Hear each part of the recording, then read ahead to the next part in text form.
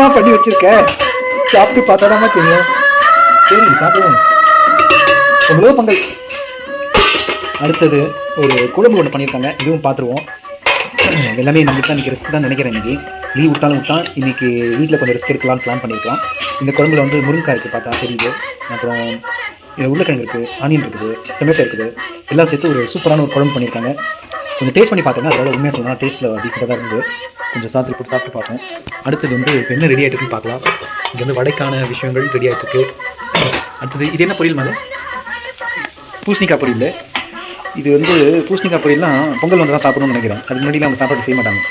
So இதில் எல்லாத்துலேயும் ஏதோ ஒரு விட்டமின் இருக்குது. சாப்பிட்டு என்ஜாய் பண்ணுங்கள். நம்ம டாக்டர் பால் சொல்லுவார், அவர் என்னன்னு கேட்டு பாருங்கள். எல்லாத்துலேயும் ஒரு நல்ல விஷயம் இருக்குது.